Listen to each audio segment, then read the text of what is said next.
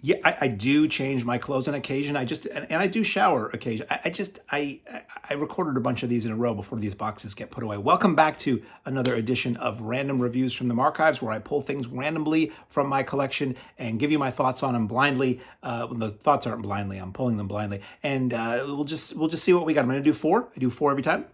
It's the last time I'm going to pull from this box before this stuff gets put away. So, what do we have, and what are my shocked and stunned reactions? This is a bootleg. We're not going to talk about that. We're gonna pull something else.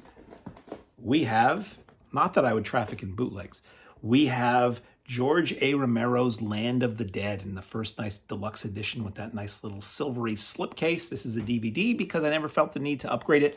I'm conflicted on Land of the Dead. At the time it came out, I saw it in the theater and I was super excited because, oh my God, we're getting a new George Romero zombie movie in the theater. This is so exciting, and it's a big budget film. He can do it however he wants to do it.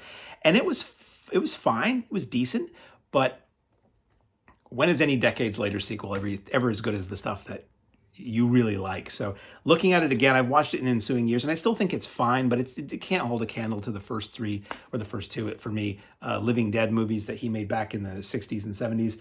And I did the whole Big Daddy thing. Didn't. It just seemed kind of weird to me. So it was interesting to see people like John Leguizamo and Asia Argento and Dennis Hopper in a zombie film, in a big budget George Romero zombie film. And I was glad he got that opportunity to do that. He made several more after this that I did not think were very good. So to me, this was really kind of his last good movie, at least of what I've seen of his last group of films. And this was a nice deluxe Blu-ray at the time. This was the unrated director's cut. There were some scenes in the theatrical version where like fake zombie shadows or shadows of zombies or CGI zombies covered up gore that the MPAA wouldn't let them put in. This is the one that doesn't have any of that. And I don't know if it's a better movie necessarily for that, but that's what it is. So then we go to, this is like a trip down DVD memory lane. This happens to all be DVDs in here. I'm going to skip that one. We're going to give you something a little more interesting than that. Then we have, this is one of my favorite movies. We have Kenny and Company, Don Coscarelli's second film, released in '76, I believe, by 20th Century Fox, buried soon after. This was an Anchor Bay release. This is the only time this has had a legit disc release in the US. This is a movie I love. This is a movie I evangelicize to all of my friends. This is one of my go-to Halloween time movies. And it's just about a couple of kids in the mid-70s being kids, getting up to mischief, learning about life. It's got some serious moments. It really is a proto-Phantasm. It's the movie he made before Phantasm. It's got Michael Baldwin, who's the main, the best friend in this film, is the main kid from Phantasm. Reggie Bannister is in this. It's got a lot of people you recognize if you're a Phantasm fan. The same person did the score. There are some moments where the score even feels like Phantasm.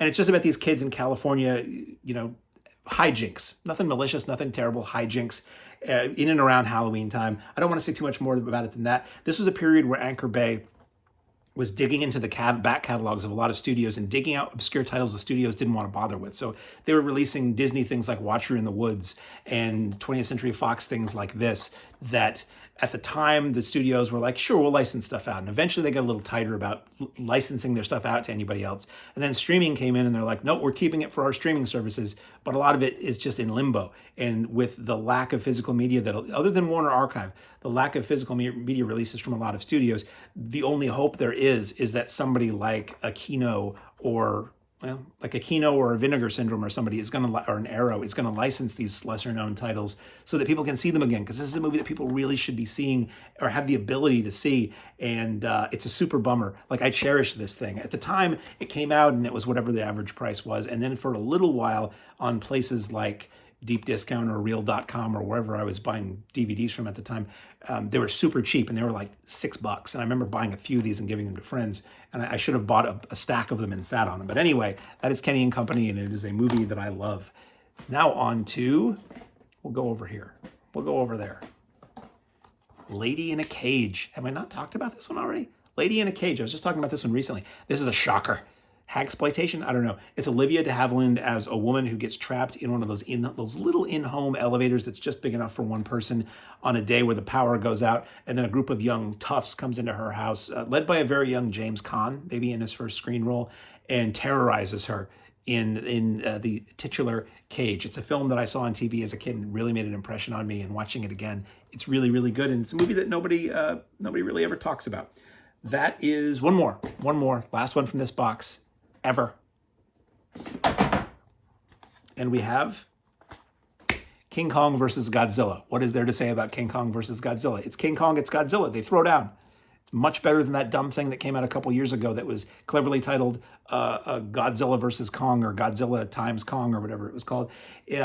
Contrary to popular folklore, there is not a version of this that featured, there were not two versions of this based on the country as to who won.